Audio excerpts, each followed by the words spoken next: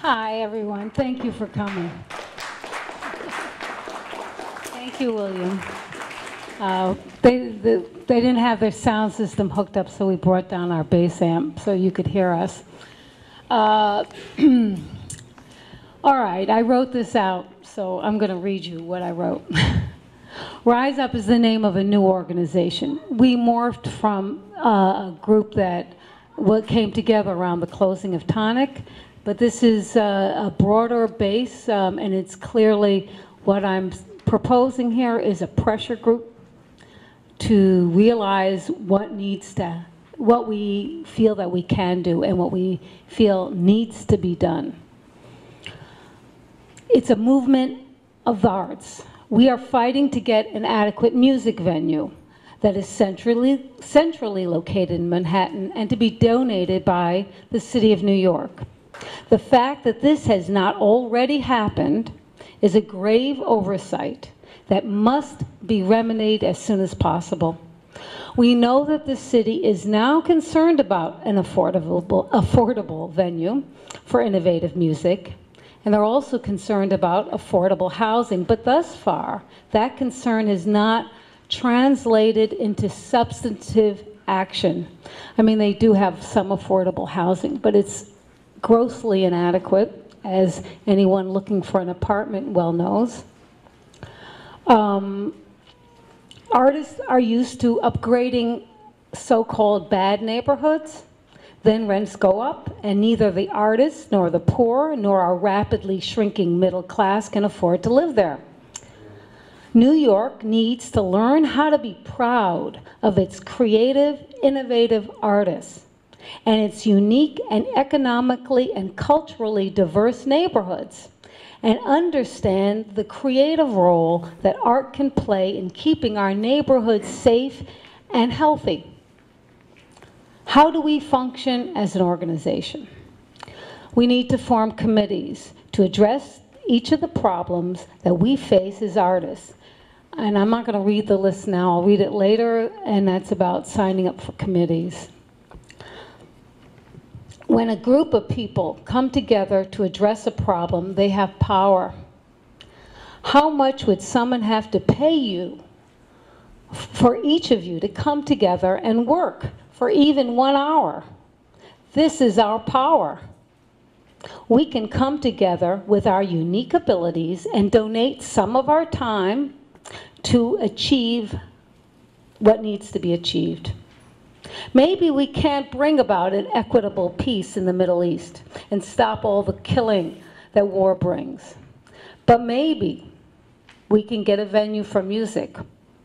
Maybe we can build a community arts center.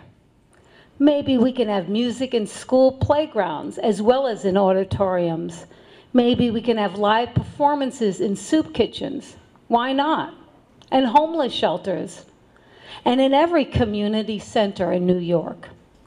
Maybe we can have a new jazzmobile with a larger musical mandate, bringing music and all the other arts all over the city. Wouldn't that be great? Maybe we can build housing for senior artists. Maybe we can fight for affordable housing that some of which has soundproofing so that musicians can live there. Why not? Now, one of the things that's really important to me is the way that we work together and the way that we are together. And it's really hard to bring together a diverse group because everyone has their feelings and their egos and their everything. There are tons of baggage that we all carry around. So, we need to be mindful of how we deal with each other. We're not perfect beings, but we must always have as a priority the idea that all who we deal with are treated with respect. We don't need to be best friends, but we do need to treat everyone with respect.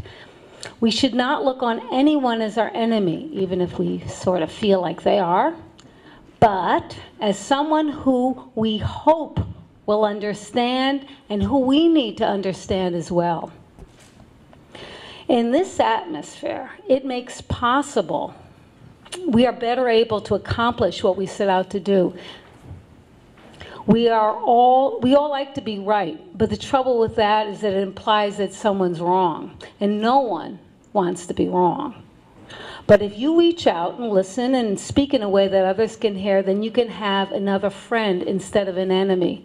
Now, I know this sounds like I'm giving you a moral lesson, but it's actually just a practical, pragmatic kind of thing.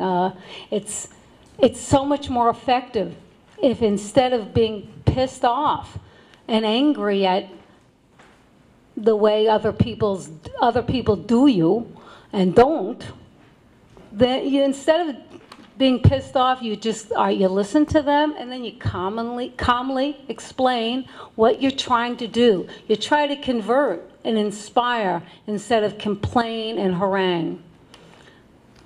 I feel it's really a lot more, it works better. It just works better. I know, I mean, I do it even when I don't feel like it's something. I don't always do it because I'm not perfect, but I find that even when I'm feeling cranky and I force myself to say something nice, gosh, it's incredibly effective. It's ridiculous. Anyway, now there's some other notes I have, some really practical things about what we are planning to do and what are really possible to do. But maybe at this point, that's like my opening statement. At this point, we should invite others to speak, or William wants to say something, and then we'll invite others.